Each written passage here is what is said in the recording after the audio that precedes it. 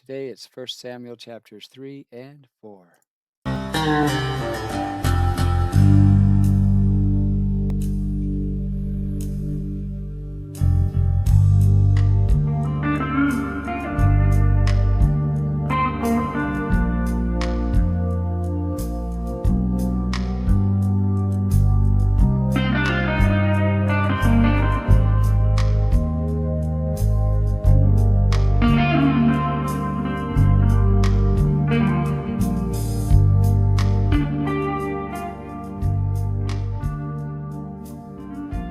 Well, the story of Samuel, the boy prophet, continues. We just ended the last episode with chapters 1 and 2 of 1 Samuel. In Hebrew, that'd be 1 Samuel. Actually, they call it 1 Kings, 2 Kings, 3 Kings, 4 Kings. But we call it 1 and 2 Samuel and 1 and 2 Kings in the Christian Bible. It's interesting. I'm so happy we ended where we did with the last episode as Hannah was gifting her son, her boy, that God had honored her oath and her covenant. If you give me a son, Father, I'll give him back to you. And she keeps her word, and God honors her as well. And she continues to bear children and grow a family, and I'm sure anticipates and looks forward to visiting the tabernacle with at least the annual feast, gifting her son, a new coat and such. It's kind of a beautiful ending. Now the boy's growing up, the boy prophet Samuel. Verse 1, and the child Samuel, or Shmuel, ministered unto Jehovah before Eli, or Eli. And the word of Jehovah was precious in those days. There was no open vision. Wow, these are dark times. There's no open visions going on. Thankfully, we have hope in this boy prophet.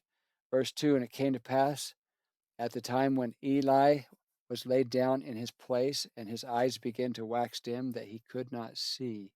And ere the lamp of Elohim went out in the temple of Jehovah, where the ark of Elohim was, and Samuel was laid down to sleep. Verse 4, and Jehovah called Samuel, and he answered, Here am I. Now, here's some footnotes to help us understand the power of what's happening in these short 4 verses. Then one night God spoke, and it came to pass at that time while Eli was laying down in his place, and when his eyes had begun to grow dim, so that he could not see, and before the lamp of God went out in the tabernacle of Jehovah, where the ark of Elohim was, and while Samuel was lying down, that Elohim called Samuel, and he answered, Here am I. In the modern English, they changed that to Here I am. I kind of like the older Here am I, because it's more consistent with the Hebrew word Hineni, which means Here I am. Very proactive response, meaning I'm ready. What is it you would have me do type thing. Powerful phrase in Hebrew, loses a lot in the English. The footnote continues, there's a detail in this setup most people skip over. And that detail is right here in the verse where it says, before the lamp of God went out. So before the lamp of Elohim went out. What's it talking about? So the lamp is the tabernacle. In the tabernacle was supposed to burn continuously, tended by the priest through the night. The fact that it was about to go out tells you something about the state of the priesthood. The men responsible for keeping the light burning were letting it die, and at the exact moment the lamp was flickering, God called a child's name in the dark. When the religious system failed to keep the light on, God found someone who would. I love that clarity. And a little more background. We're getting beneath the ink on the page, wouldn't you agree?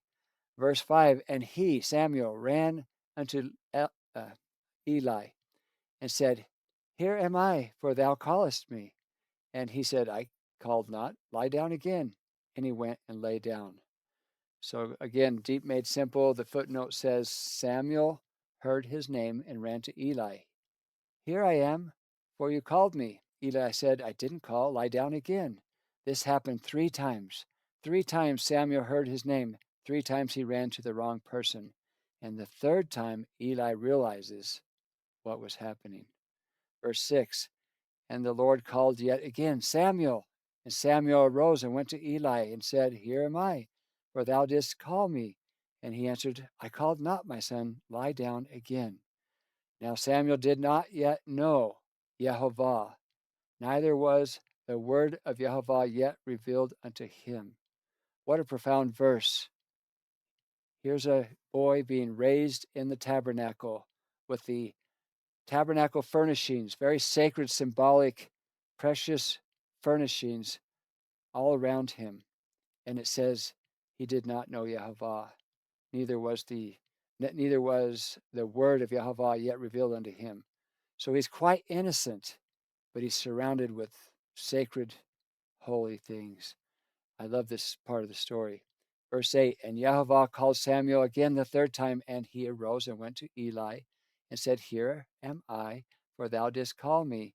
And Eli perceived that Jehovah had called the child. Therefore Eli said unto Samuel, Go, lie down, and it shall be, if he call thee, that thou shalt say, Speak, Jehovah. Now in English it says, Speak, Lord. But Eli instructs him to invoke the name.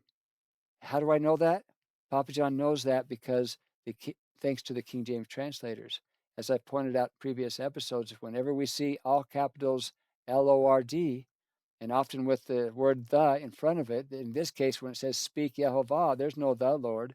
Speak Lord, but originally in the Hebrew, it read the divine name. So speak Yehovah, for thy servant heareth. So Samuel went and lay down in his place.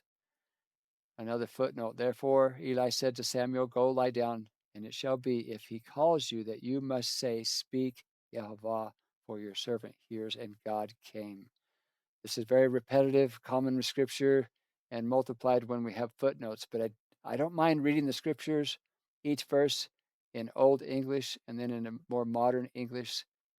The comparisons help us gain additional insights and a deeper understanding. Verse 10, and Yehovah came and stood and called as other times, Samuel, Samuel. Then Samuel answered, Speak, for thy servant heareth. What an obedient boy. Footnote this time says, repeating the verse, Yehovah came and stood and called as at other times, Samuel, Samuel. And Samuel answered, Speak, for your servant hears. And here's what makes this scene so remarkable, our footnote says. The text told us back in verse 1, here in chapter 3, and the word of Yehovah was rare in those days. There was no widespread revelation. God had been quiet for years, perhaps decades. The prophetic voice had gone silent in Israel. The priesthood was corrupt. The people were drifting. And when God finally broke the silence, he didn't speak to the high priest. He didn't speak to a military leader or a tribal elder. He spoke to a child lying on the floor of the tabernacle in the dark. The first message God gave Samuel was devastating. It was a confirmation of judgment on Eli's house. Wow, what a burden to put on this young child. You know, my father passed away. Well, his mother passed away giving birth to child number 12 back in Tennessee, where he's from. My dad at the time was 14 years old. As his mother was realizing she was about to pass away and the child had already passed away, there wasn't anything they could do back in those days. She turns to my father, age 14, and says, Johnny, do not let them separate the children. Can you imagine that responsibility and that burden, that heavy burden put upon my father at age 14? I think of Samuel with the revelation he's about to receive. For someone so young, this is going to be quite heavy. But anyway, thank you for letting me include my father in this episode. He did his best to honor his mother's wishes all his life. And my mother paid the price. She mothered and cared for children just a few years younger than her, which was hard to do when she was pretty much a peer more than a parent figure. Anyway, back to the footnote. And here's what makes this scene so remarkable. I got to find my place again. Okay, verse 11. And Jehovah said to Samuel, Behold, I will do a thing in Israel at which both the ears of everyone that heareth it shall tingle. In that day I will perform against Eli all things which I have spoken concerning his house. When I began, I will also make an end. For I have told him that I will judge his house forever for the iniquity which he knoweth, because his sons make themselves vile, and he restrained them not. And therefore I have sworn unto the house of Eli that the iniquity of Eli's house shall not be purged with sacrifice nor offering forever. So this is so severe that it can't be resolved or redeemed through offering sacrifice. Our footnote now adds and repeats the verse, a little more modern English. And Jehovah told Samuel he was about to do something in Israel that would make both ears of everyone who heard it tingle. And he said, he would judge Eli's family forever because his sons had made themselves vile and he didn't restrain them. And in the morning, Eli asked Samuel what God had said. And Samuel, though terrified, told him everything. And we're going to read that in the next verses. And Samuel lay until morning and opened the doors of the house of Jehovah. And Samuel feared to show Eli the vision. Again, I can feel my father at that young age with his mother pleading with him to please keep the family together after she's gone. Why did she tell him? Perhaps he was the only one in the room. Why did God appear or call out to Samuel? Because his mother had promised to offer a son to God, and he's taken her oath and honored it, and he's going to help Israel and bring salvation to Israel through this boy. Okay, let me stop interrupting myself. And said, Samuel, my son, and he answered, Here am I. And he said, What is the thing that Jehovah hath said unto thee? So Eli wants to know. Now let's just pause. I apologize. You see the burnt orange on the page? The Lord, in all caps, indicates that the name of God was here originally. However, it's italicized, and italicized words are filler words. They weren't in the original text. If you go to the left of the burnt orange, in this verse it says, What is? You see the word is italicized, and beneath it, down below, it says, Hid it. It is italicized, and beneath that it says, Hide anything. Well, the any is italicized. Well, in this case, this means that the King James translators inserted the word the Lord because it seemed proper and for sentence structure, but the name was not originally there. The divine name was not there.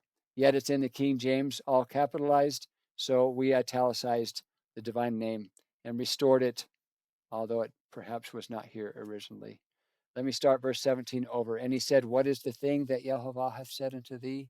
I pray thee, hide it not from me.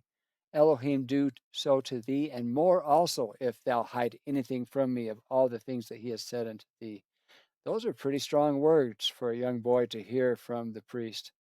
Anyway, I think he can handle it. God's with him. Verse 18, And Samuel told him every whit and hid nothing from him. And he said, It is Jehovah.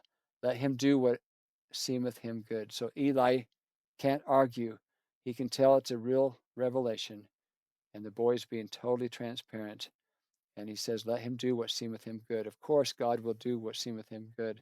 The next footnote to help us understand. And Eli said, It is Jehovah, let him do what seems good to him. From that night forward, Samuel was known. Let's pause here and see where we are. A barren woman prays. Her prayer produces a boy. That boy was raised in a corrupt religious system, but stayed faithful. God called him in the dark when the prophetic voice had gone silent in the land. And from that night, he became the voice of God for an entire nation. He held the roles of prophet, priest, and judge simultaneously, something almost no one else in Israel's history ever did. He's the last of the judges and the first of the prophets in the new era that was about to begin. And every step of it traces back to a woman who poured herself out like a sacrifice and a God who heard her before he answered her. If you ever feel like your prayers are not heard, this story should give us comfort and cause to know that God hears the prayers of the saints. And in his timing, he will honor those who honor him. Verse 19, and Samuel grew, and Jehovah was with him, and did let none of his words fall to the ground. And all of Israel, from Dan even to Beersheba, knew that Samuel was established to be a prophet of Jehovah. And to say from Dan even to Beersheba means nothing to us if we don't know the geography of Israel. So this helps us understand from the furthest north of the country down to the furthest south, everyone understands who God has raised up to be the next prophet. Our next footnote. So Samuel grew, and Jehovah was with him, and let none of his words fall to the ground. And all Israel from Dan to Beersheba knew that Samuel had been established as a prophet of Jehovah. There's a phrase in there that deserves a second look. Let none of his words fall to the ground. In Hebrew, the word for fall is nafal. When something falls, it hits the dirt, it fails, it comes to nothing. God made sure that every word Samuel spoke landed. Every prophecy was fulfilled. Every judgment came to pass. That's what's that's what established him. Not his personality, not his position, his accuracy. When Samuel spoke, it happened, and that's how the people knew that he was the real thing. Verse 21, and then we'll be finished with chapter 3. And Jehovah appeared again in Shiloh, in Hebrew, Shiloh, for Jehovah revealed himself to Samuel in Shiloh by the word of Jehovah. The next chapter of Samuel's life is the most painful one for him personally. The people of Israel come to him and ask for a king. I remember my mother teaching me about this and how Israel had a king, but they wanted to be like the other nations. And that's just the beginning of understanding of what we can learn from these chapters. Chapter 4, and the word of Samuel came to all Israel. Now Israel went out against the Philistines to battle and pitched beside, oh my goodness, Ebenezer, but in Hebrew, Even Ha-Ezer. And the Philistines pitched in, be careful with this one, Epek Afek. How to be careful with these Hebrew pronunciations. Verse 2, and the Philistines put themselves in the against Israel, and when they array against Israel, and when they joined battle, Israel was smitten before the Philistines, and they slew of the army in the field about 4,000 men. And when the people were come into the camp, the elders of Israel said, wherefore hath Jehovah smitten us today before the Philistines? Let us fetch the ark of the covenant of Jehovah out of Shiloh unto us, that when it cometh against us, it may save us out of the hand of the enemy. They're treating this now as a good luck charm. The power is from God. If they just knew that, right? And if we are following his holiness code, we are honoring him, and he will honor us. He will fight our battles for us. If we could just remember that in our day, wouldn't that be nice? Verse 4, so the people sent to Shiloh, that they might bring from thence the ark of the covenant of Jehovah of hosts, which dwelleth between the cherubims, and the two sons of Eli, Hophni and Pinchas, were there with the ark of the covenant of Elohim. So these wicked Levite priests, very unworthy, unholy priests, have the courage to go grab the ark and bring it from the tabernacle. Verse 5, and when the ark of the covenant of Jehovah came into the camp, all Israel shouted with a great shout, so that the earth rang again. And when the Philistines heard the noise of the shout, they said, what meaneth the noise of this great shout in the camp of the Hebrews? And they understood that the ark of Jehovah was come into the camp.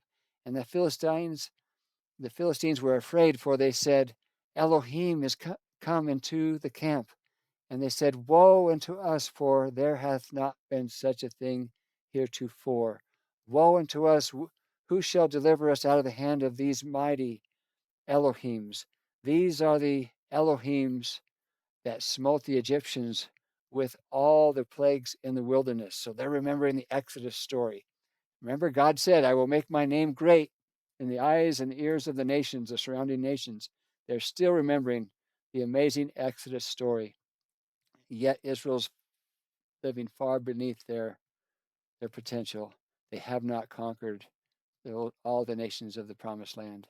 Verse 9, be strong, quiet yourselves like men, O ye Philistines, that ye be not servants unto the Hebrews, as they have been to you. Quiet yourselves like men and fight. So they kind of panicked, and then they are ready to, okay, we're going to fight even harder. And the Philistines fought, and Israel was smitten, and they fled every man into his tent. And there was a very great slaughter, for there fell of Israel 30,000 footmen. Wow. And the ark of the covenant was taken. Are you kidding me? And the two sons of Eli, Hophni and Pinchas, were slain. And there ran a man of Benjamin out of the army and came to Shiloh the same day with his clothes rent and with the earth upon his head.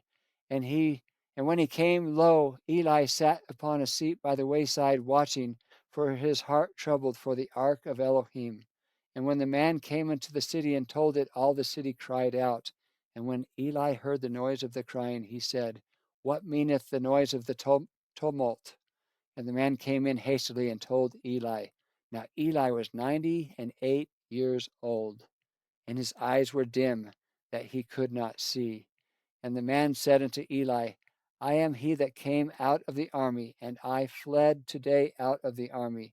And he said, what is there done, my son? And the messenger answered and said, Israel is fled before the Philistines, and there hath been also a great slaughter among the people. And thy two sons also, Hophni and Phinehas, are dead, and the ark of Elohim is taken. And it came to pass that when Eli, made mention, no, when the messenger made mention of the ark of Elohim, that Eli, fell from off the seat backward by the side of the gate, and his neck brake, and he died. For he was an old man and heavy, and he had judged Israel 40 years. And it gets worse. You think that's bad. Verse 19, and his daughter-in-law, Phinehas's wife, was with child, near to be delivered. And when she heard the tidings that the ark of Elohim was taken, and that her father-in-law and her husband were dead, she bowed herself and travailed, meaning labor pains. She travailed in labor, for her pains came upon her. And about the time of her death, the woman that stood by her said unto her, fear not, for thou hast borne a son. But she answered not, neither did she regard it, meaning she passed away while delivering this boy. And I guess the woman who helped deliver the baby says, and she named the child Ichavod, saying, the glory is departed from Israel, because the ark of God was taken, and because of her father-in-law and her husband. And she said, the glory is departed from Israel, for the ark of Elohim is taken. That's our story. Tragedy, and tragic. I don't know. I don't have the words. I hate the story, but I'm grateful to see Samuel growing into his role. Interesting. I hope we can apply these scriptures to ourselves between now and the next episode. Continue to do what we always say. Be a good example of a believer. Be mindful of those around you. Put yourself third in line. God is always first. Those you're interacting with are second.